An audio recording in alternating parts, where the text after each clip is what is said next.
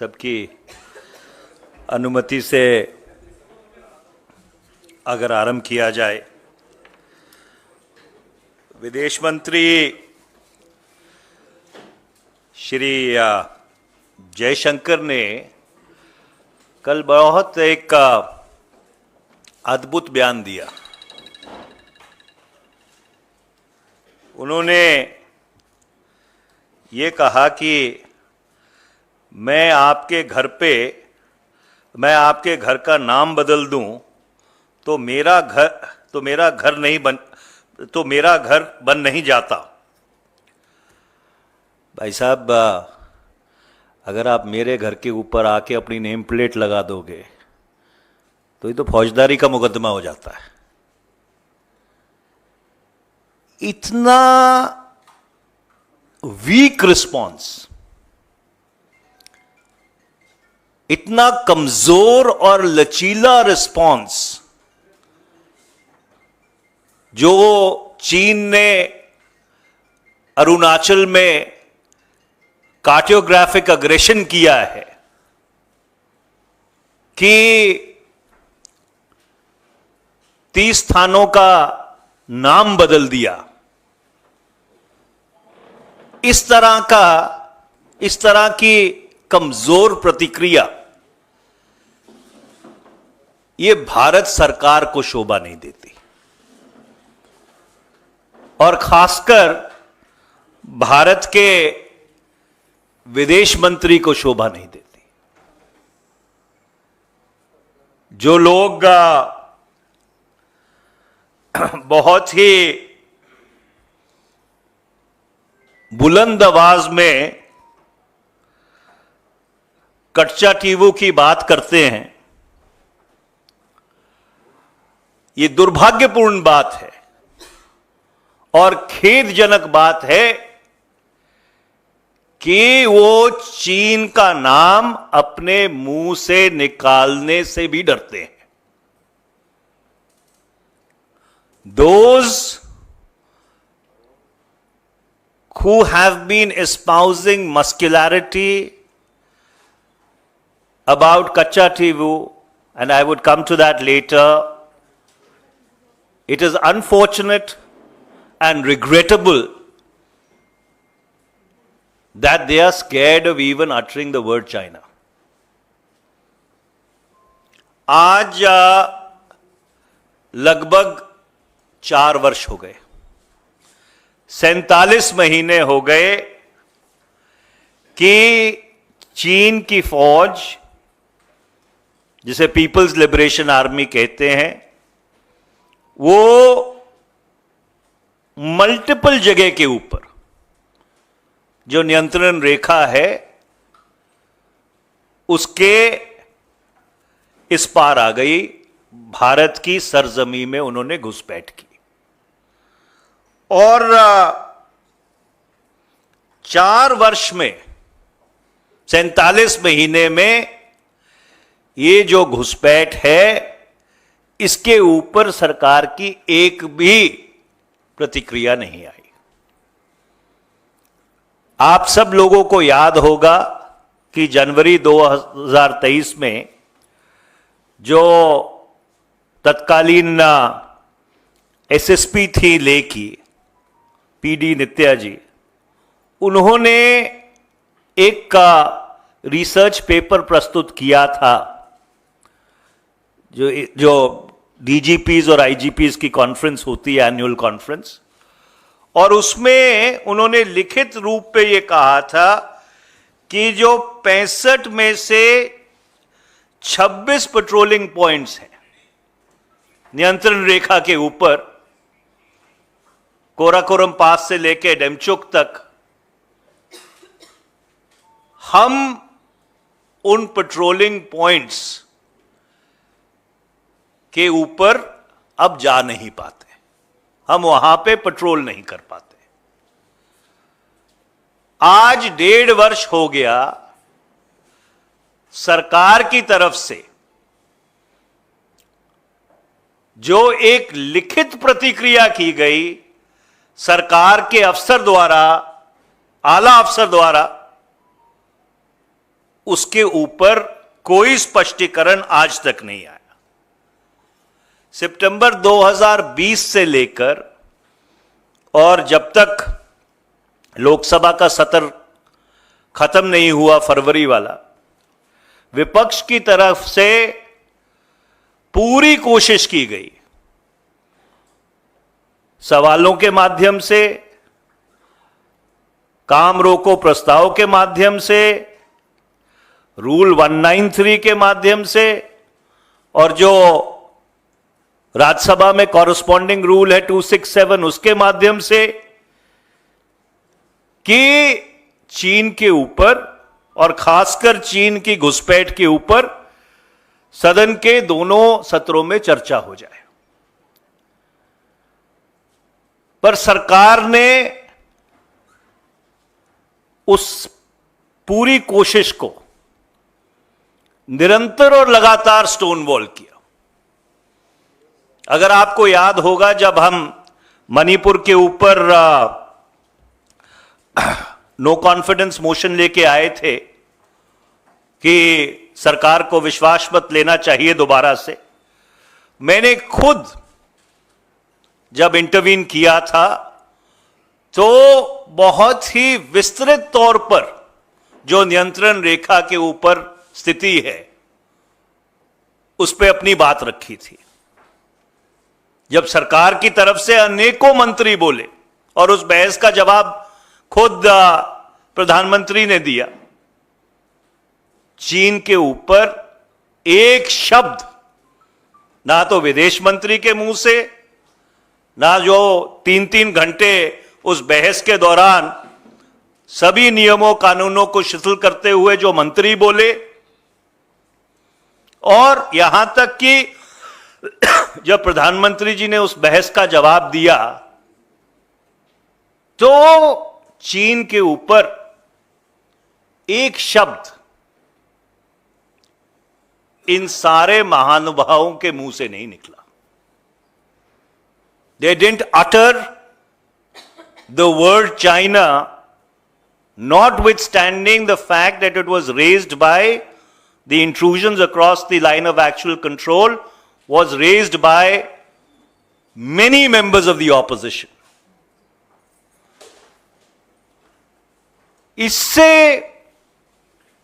इससे बड़ा प्रमाण क्या हो सकता है कि ये जो सरकार है वो भारत की एकता अखंडता, जो भारत की प्रभुसत्ता है, उसको लेकर बिल्कुल संवेदनशील नहीं है।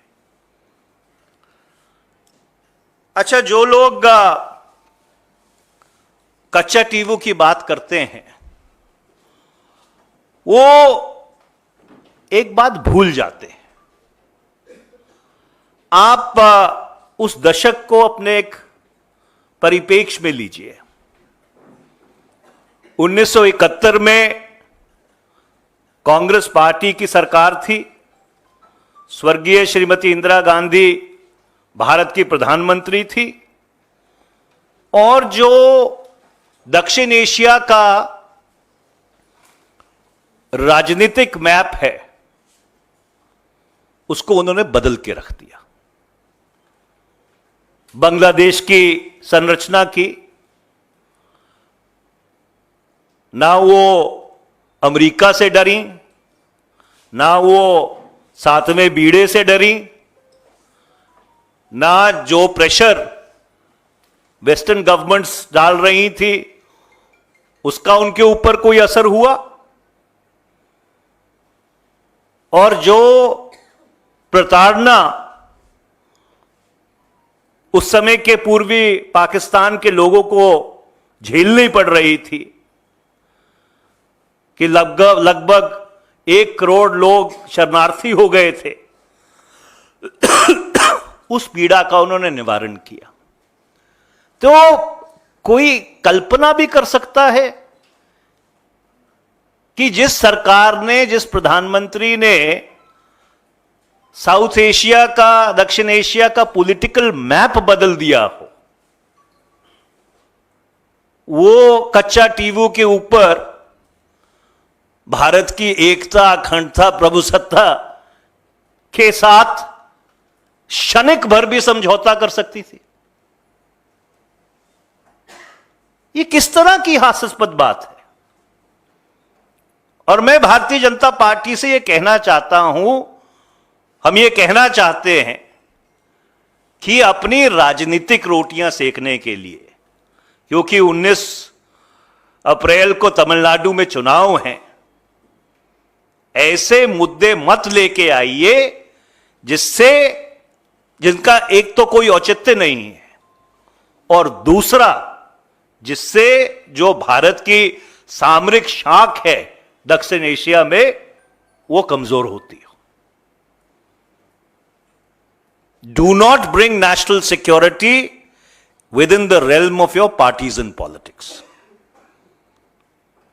और आखिर में हम उनसे दो सीधे सवाल पूछना चाहते हैं। भारत की कितनी सरजमीन चीन के नियंत्रण में है मई 2020 के बाद,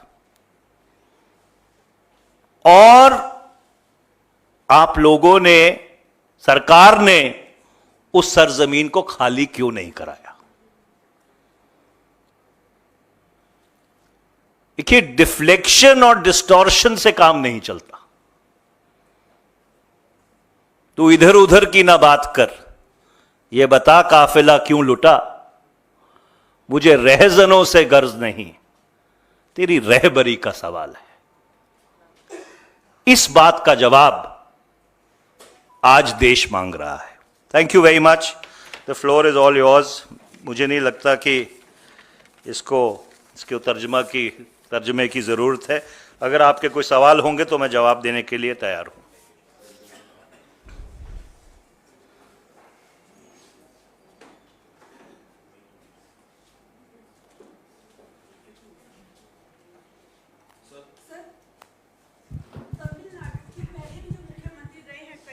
उन्होंने कई बार केंद्र सरकार से, जब कांग्रेस की सरकार थी, उनसे कहा था कि तमिलनाडु का ये जो पूरे मछुआरों का जो नुकसान हो रहा है उसको लेकर कि जो आपने श्रीलंका को दिया था उस टाइम के प्रधानमंत्री इंदिरा गांधी जी ने गिफ्ट में, तो वो वापस लिया जाए। तो अभी तक उसकी सुनवाई क्यों नहीं हुई है? देखिए, शायद मेरी अंग्रेजी और हिंदी दोनों ही कमज़ोर हैं। मैंने बहुत विस्तार पूर्वक अपनी भाषा में ये कहने की कोशिश की है कि जिस प्रधानमंत्री ने, स्वर्गीय श्रीमती इंदिरा गांधी ने 1971 में दक्षिण एशिया का जो राजनीतिक मैप है उसको बदल दिया और एक नए मुल्क का निर्माण किया, वो सरकार और वो प्रधानमंत्री किसी मुल्क को भारत का 1 सेंटीमीटर सरजमीन भी क्या गिफ्ट कर सकती हैं? ये मैं आपके विवेक पे छोड़ता हूं कि इसके ऊपर जरा गंभीरता से और जिम्मेवारी से विचार करने की जरूरत है। There was a question there. So do you think that by raising this Kachatev issue, BJP can gain any political mileage in Tamil Nadu? Well, I think the electorate of this country is very wise. They are extremely, they understand as to why certain issues only come up during election time. And the entire attempt to raise a non-issue is primarily to deflect attention from the gross failure of the government on China, which is getting the territory of India under the illegal occupation of China vacated. And as I had earlier stated, that the very meek response by the External Affairs Minister to the renaming of 30 places in India, in Arunachal Pradesh, testifies to both this meekness and weakness. Maniji, could you explain, but because what you said in Hindi I don't know, but I am just asking question. Can you tell me about in 1974 agreement and the 1976 agreement? The 1974 agreement is giving the rights to fishermen in the Kachattu. Why it's that withdraw the 76 agreement? Can you able to explain this? In the Congress party. As far as I understand, agreements are entered into by nation states in a manner which is mutually beneficial. I would, or we would like to ask the Bharatiya Janata Party, what about the land boundary agreement with Bangladesh, which this government entered into in 2015, where much more land was conceded in terms of the enclaves which were transferred to Bangladesh than we got from Bangladesh. I think the difference is almost about 10,000 square kilometers, if I remember from the top of my head. So those who are raising the issue of Kachativu, which happened in 1974, should then first explain their own track record. What about the land boundary agreement with Bangladesh? Why did you give much more territory than you got from Bangladesh? What about the illegal occupation of Indian territory by China, which is a continuum for the last 47 months? Those are the questions which the country needs answers to. Sir Neeraj sir, आप कह रहे हैं कि 47 महीनों में चीन ने भारतीय जमीन को हड़पा है, केंद्र सरकारी आरोपों को खारिज करती है। WMCC की 29 बैठक हो चुकी है, सैन्य कमांडर स्तर की भी अलग से बैठक हुई है। कांग्रेस पार्टी को और खासकर आपको क्या लगता है कि क्यों उन मुद्दों पे बात नहीं बन पा रही है इतनी बैठकों के बाद भी? हमने तो सरकार को इस आरोप को खारिज करते सुना ही नहीं है। सरकार ने कब इस आरोप को खारिज किया है? जब गलवान की घटना हुई, दुर्भाग्यपूर्ण घटना थी, हमारे इतने सैनिक उसमें शहीद हो गए, तो जो विदेश मंत्री की प्रतिक्रिया थी गलवान की दुर्भाग्यपूर्ण घटना के तुरंत बाद, और जो प्रधानमंत्री जी की प्रतिक्रिया थी 19 जून 2020 को जब सर्वदलीय बैठक हुई, उन दोनों में जमीन आसमान का फर्क है। There is a complete contradiction between what External Affairs Minister Mr. S. Jaishankar said after the Galwan, the unfortunate tragedy in Galwan, and what the Prime Minister told the all-party meeting. So, except for obfuscation, सिर्फ ध्यान भटकाने के अलावा और हर कोशिश पिछले 4 वर्ष में की गई कि चीन के ऊपर ना संसद में, ना संसद की जो स्थायी समितियां हैं, चाहे वो विदेश मंत्रालय से जुड़ी हो, चाहे रक्षा मंत्रालय से जुड़ी हो, चाहे जो कंसल्टेटिव कमिटीज हैं, किसी में भी चीन का जो घुसपैठ हुई है, अक्रॉस द LAC घुसपैठ हुई है, उसके ऊपर सरकार किसी भी चर्चा के लिए राजी नहीं हुई। ये वास्तविकता है। 1971 में सिर्फ पाकिस्तान के 2 टुकड़े नहीं बल्कि सिक्किम को भी चीन के गिरेबान से छीन के भारत में मिलाया गया था। इतनी बड़ी चीजें हुई, लेकिन एक टापू की परसेप्शन पे कांग्रेस बिल्कुल बैकफुट पे आ गई है और भाजपा बिल्कुल फ्रंट फुट पे खेल रही है। तो क्या परसेप्शन की लड़ाई में आप इतने पंगु नजर आ रहे हैं, कमजोर नजर आ रहे हैं? आप तो सूचना प्रसारण मंत्री भी रहे हैं। देखिए, सबसे पहले तो मैं आपका धन्यवाद करना चाहता हूं कि आपने 1974 जो सिक्किम को भारत में शामिल किया गया उसको भी हमारे संज्ञान में लेके आए। आपका बहुत बहुत धन्यवाद। अगर हम बैकफुट पे होते तो ये प्रेस वार्ता थोड़ी कर रहे होते, ये सारे सवाल थोड़ी पूछ रहे होते। पिछले 47-48 महीने से जब से ये घुसपैठ हुई है, निरंतर और लगातार ये सवाल थोड़ी उठा रहे होते।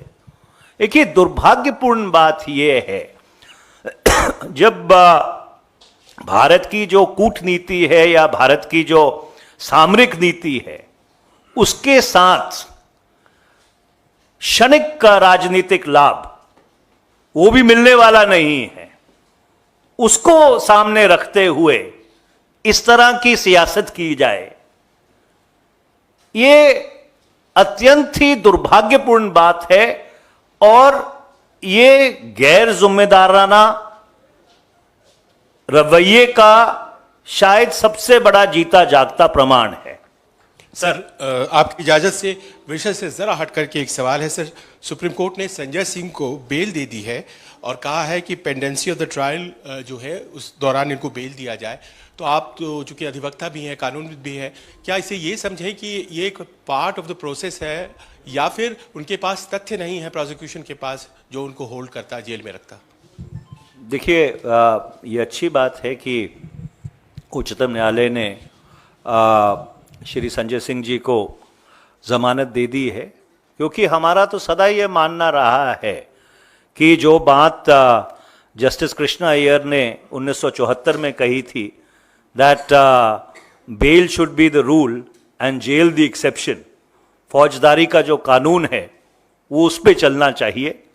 ये दुर्भाग्यपूर्ण बात है कि पिछले कुछ वर्षों में उसको अपने सर पे खड़ा कर दिया गया है and jail has become the rule and bail has become the exception. Thank you.